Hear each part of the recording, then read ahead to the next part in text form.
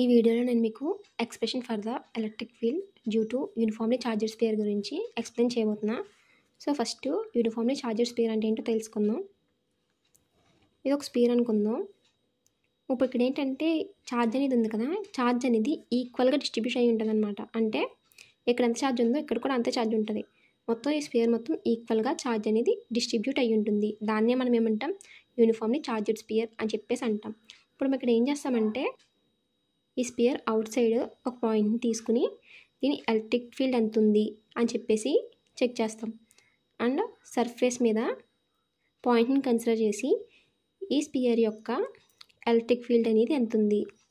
And inside charged spear లోపల ఒక పాయింట్ని కన్సిడర్ చేసి దీని యొక్క ఎలక్ట్రిక్ ఫీల్డ్ అనేది ఎంత ఉంది అని చెప్పేసి మనం డెరైవ్ చేస్తాము. సో కేస్ 1 ఇప్పుడు మనం ఏం చేస్తాం, పాయింట్ని స్పియర్ అవుట్ సైడ్ ఉందని చెప్పేసి తీసుకుంటాం.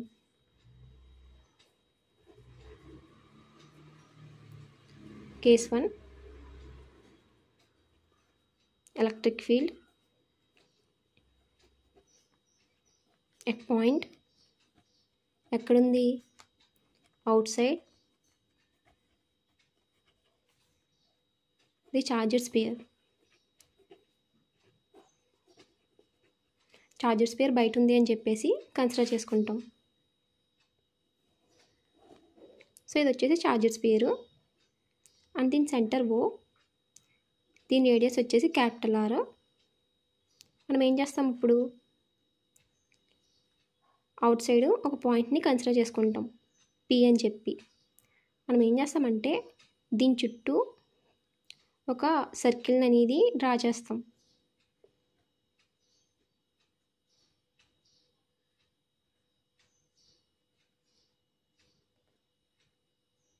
ఈ సర్కిల్ ఏంటంటే ఒక ఇమాజినరీ సర్కిల్ అనమాట.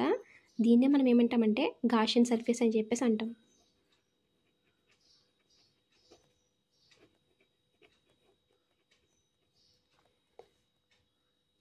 ఇప్పుడు ఈ పాయింట్ ఉంది కదా, ఈ పాయింట్ నుంచి ఎలక్ట్రిక్ ఫీల్డ్ లైన్స్ డైరెక్షన్ ఎలా ఉంది అని చెప్పేసి అనుకుందాం. ఇది electric field lines direction and ఈ పాయింట్ దగ్గర ఒక చిన్న సర్ఫేస్ అనే దాన్ని మనం కన్సిడర్ చేసుకుంటాం. దాన్ని డిఎస్ అంటాం. అండ్ దీని యొక్క డైరెక్షన్ కూడా ఎలక్ట్రిక్ ఫీల్డ్ డైరెక్షన్ ఉంది కదా, దానికి ప్యారలల్గా ఉందన్నమాట. సో ఈ ఓ నుంచి ఈ పీకి ఉన్న డిస్టెన్స్ స్మాల్ ఆర్ అనుకుందాం. ఇప్పుడు మనం ఏం చేస్తామంటే ఈ చిన్న సర్ఫేస్ ఉంది కదా డిఎస్ అనేది, సో ఈ డిఎస్లో ఎన్ని ఎలక్ట్రిక్ లైన్స్ అనేవి వెళ్ళినాయి అని చెప్పేసి మనం క్యాలిక్యులేట్ చేస్తాం. దాన్ని ఏమంటాం, ఎలక్ట్రిక్ ఫ్లక్స్ అని చెప్పేసి అంటాం. సో ఎలక్ట్రిక్ ఫ్లక్స్ పై ఈ. మనకి ఇక్కడ ఏంటిది, పెద్ద సర్ఫేస్ అయితే పై ఈ, బట్ మనకి చిన్న సర్ఫేస్ కదా, సో డి పై ఈ. D pi is equal to ఎన్ని ఎలక్ట్రిక్ లైన్స్ వెళ్ళినాయి అంటున్నాం, ఈ. ఏ సర్ఫేస్లో, డిఎస్ అనే సర్ఫేస్లో ఈ అనే ఎలక్ట్రిక్ లైన్స్ వెళ్ళినాయి. సో డాట్ ప్రోడక్ట్ కాబట్టి అది తీసేస్తే ఈడిఎస్ కాస్ టీటా. ఇప్పుడు ఈకి డిఎస్కి మధ్యన యాంగిల్ టీటా. సో ఈకి డిఎస్ ఎలా ఉన్నాయి, ప్యారలల్గా ఉన్నాయి. సో దాని యాంగిల్ ఏమవుతుంది, 0 అవుతుంది. సో కాస్ 0 ఏమవుతుంది, 1. సో దీని వాల్యూ 1 అయిపోతుంది కాబట్టి ఇది normal EDS. So D pi is equal to EDS అవుతుంది. ఇప్పుడు ఇదేంటిది, ఎలక్ట్రిక్ ఫ్లక్స్ అనేది ఈ చిన్న సర్ఫేస్ మాత్రమే, కానీ మనకి గాషియన్ సర్ఫేస్ మొత్తం కావాలంటే మనం ఏం చేయాలి, ఇంటిగ్రేషన్ అనేది అప్లై చేయాలి. సో ఇంటిగ్రేషన్ అని బోత్ సైడ్స్ చేస్తే ఇంటిగ్రల్ డి పై ఈ is equal to integral EDS. So ఇంటిగ్రల్లో differentiation cancel అయిపోతుంది కాబట్టి పై ఈ ఈజ్ ఈక్వల్ టు ఈ ఇంటిగ్రల్ డిఎస్. సో మనకి ఈ ఇంటిగ్రల్ డిఎస్ అంటే ఈ సర్ఫేస్ ఉంది కదా, ఈ గాషియన్ సర్ఫేస్ టోటల్ ఏరియా అనమాట. ఈ గాషియన్ సర్ఫేస్ ఎలా ఉంది, స్పియర్ షేప్లో ఉంది. So spear area of the spear ఏమవుతుంది, integral DS is equal to 4πr² అవుతుంది. సో ఇంటిగ్రల్ డిఎస్ ప్లేస్లో 4πr² అని చెప్పేసి రాసుకోవచ్చు. So pi is equal to A into 4πr² according to gas లా. గాస్లా నుంచి మనకేం తెలుసు, పై is equal to integral EDS Q/ε0 అని చెప్పేసి తెలుసు. సో పై ప్లేస్లో ఏం రాసుకుంటాం, Q/ε0 అని చెప్పేసి రాసుకుంటాం. So that equal to Q/ε0 is equal to E into 4πr². ఇప్పుడు నాకు E కావాలి కాబట్టి 4πr²ని ఇటువైపు పంపించేస్తాం.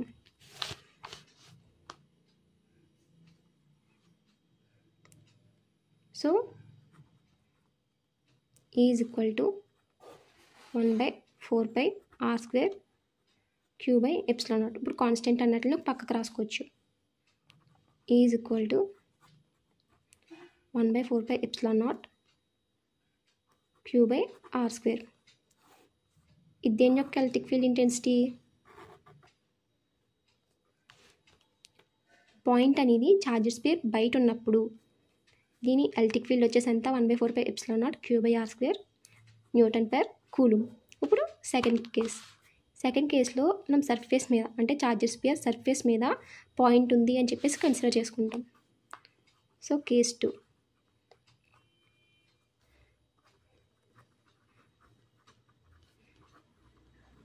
electric field at a point on the surface.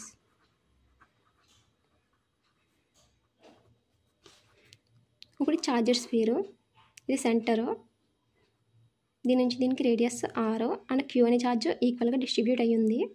ఇప్పుడు మనం ఏం చేస్తాం, సర్ఫేస్ మీద పాయింట్ని కన్సిడర్ చేసుకుంటున్నాం. సో దీని నుంచి డిస్టెన్స్ స్మాల్ r అనుకుందాం. ఇప్పుడు క్యాపిటల్ R స్మాల్ r ఎలా ఉన్నాయి, ఈక్వల్గా ఉంది కదా, అంటే small r is equal to capital R. So మనం ఇక్కడ ఏం రాసుకోవచ్చు, స్మాల్ r ప్లేస్లో క్యాపిటల్ R పెట్టి రాసుకుంటాం. అదే దీని ఎలక్ట్రిక్ ఫీల్డ్ ఇంటెన్సిటీ అవుతుంది.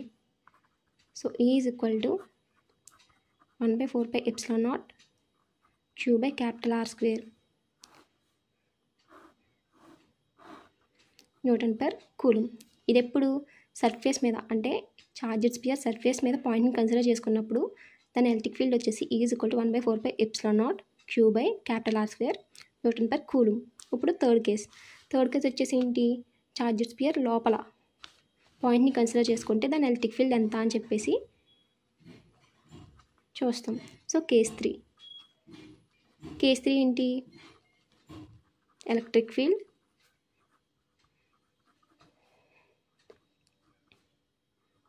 at a point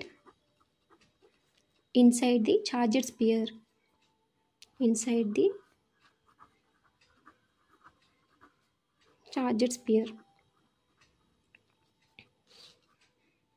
so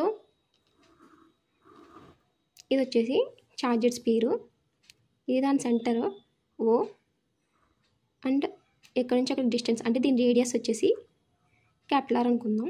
and Q అనేది మొత్తం డిస్ట్రిబ్యూట్ అయి ఉంటుంది ఛార్జ్. మనం ఇక్కడ ఏం చేయాలి, ఇన్సైడ్ ఒక పాయింట్ని కన్సిడర్ చేసుకుంటాం, అది వచ్చేసి P.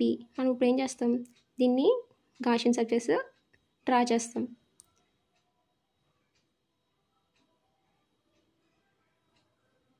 సో ఇది వచ్చేసి దీని Gaussian surface.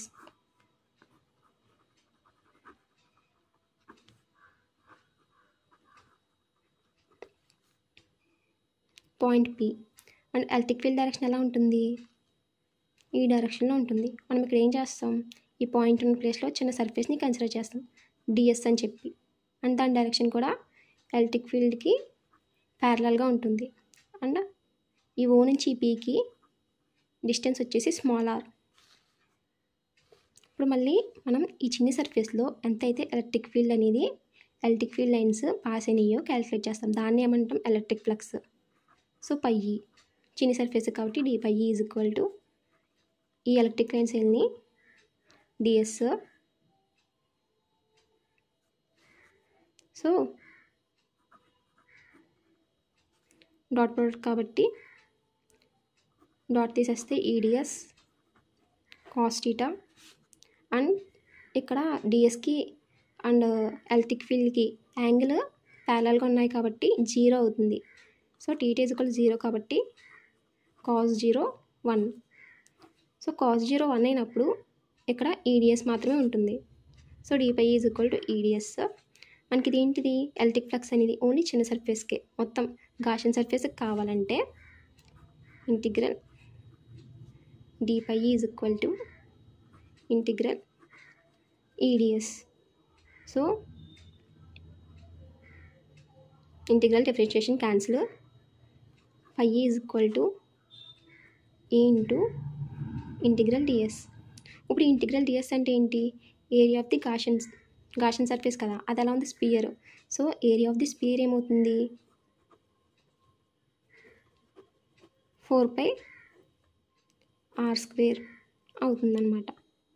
So pi is equal to A into 4πr². ఇప్పుడు అకార్డింగ్ టు గాస్ లా నుంచి మనకి ఏం తెలుసు? పై is equal to integral EDS and that equal to Q/ε0 అని చెప్పేసి తెలుసు. సో పై ప్లేస్లో మనం ఏం రాసుకుంటాం? Q/ε0 అని చెప్పేసి రాసుకుంటాం. అప్పుడు ఏమవుతుంది? Q/ε0 is equal to E into 4πr² అవుతుంది.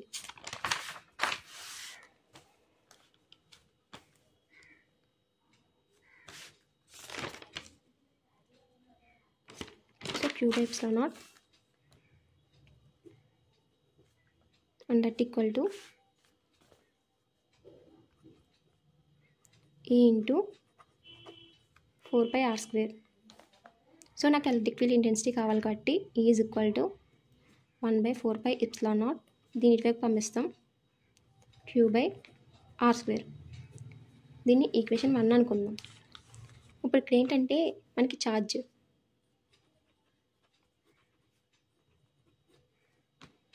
యొక్క ఫార్ములా తెలుసు కదా. Charge Q is equal to volume of the spear into charge density అనమాట. So Q is equal to ఏమవుతుంది? వాల్యూమ్ ఆఫ్ ది స్పియర్ ఏమవుతుంది? ఫార్ములా 4/3πr³ ఇంటూ రో. ఇప్పుడు నాకు రో కావాలి. సో రో ఈజ్ ఈక్వల్ టు 3Q కదా, 3Q/4πr³ అవుతుంది. ఇది దేని యొక్క ఛార్జ్ డెన్సిటీ? స్మాల్ r ఉంది కాబట్టి so small r only Gaussian సర్ఫేస్ది. మొత్తం నాకు ఈ ఛార్జెస్ స్పియర్ కావాలి అంటే దీని రేడియస్ ఎంత? క్యాపిటల్ R కదా. సో మనం ఇక్కడ ఏం చేస్తామంటే స్మాల్ r ప్లేస్లో క్యాపిటల్ R అని చెప్పేసి రాసుకుంటాం. సో రో ఈజ్ ఈక్వల్ టు 3Q/4πR³. ఇప్పుడు ఈ రో ప్లేస్లో ఈ వాల్యూని సబ్స్టిట్యూషన్ చేసుకుంటే Q ఈజ్ ఈక్వల్ టు ఏమవుతుంది? Q is equal to 4/3πr³ into 3Q/4πR³. So ఈ త్రీని క్యాన్సిల్ చేసుకుని 4πని క్యాన్సిల్ చేసుకుంటే Q ఈజ్ ఈక్వల్ టు ఎంత? Q small r³/R³. దీని ఈక్వేషన్ 2 అనుకుందాం. ఇప్పుడు ఈ ఈక్వేషన్ 2ని ఈ ఈక్వేషన్ 1లో సబ్స్టిట్యూషన్ చేద్దాం. అప్పుడు ఎలక్ట్రిక్ ఫీల్డ్ ఇంటెన్సిటీ ఏమవుతుంది? E is equal to 1/4πε0. Q value ఎంత? చూడండి 1/4πε0 Q వాల్యూని సబ్స్టిట్యూషన్ చేసుకుంటే Q స్మాల్ r³/R³ ఇంకా r² మిగిలింది. So 1/r². ఈ r² క్యాన్సిల్ అయిపోయి r ఒకటే మిగులుతుంది. So E is equal to 1/4πε0 QR/R³. So ఇది ఛార్జెస్ స్పియర్ ఇన్సైడ్ పాయింట్ని కన్సిడర్ చేసుకున్నప్పుడు దాని ఎలక్ట్రిక్ ఫీల్డ్ ఇంటెన్సిటీ వచ్చేసి E is equal to 1/4πε0 QR/R³ Newton per Coulomb.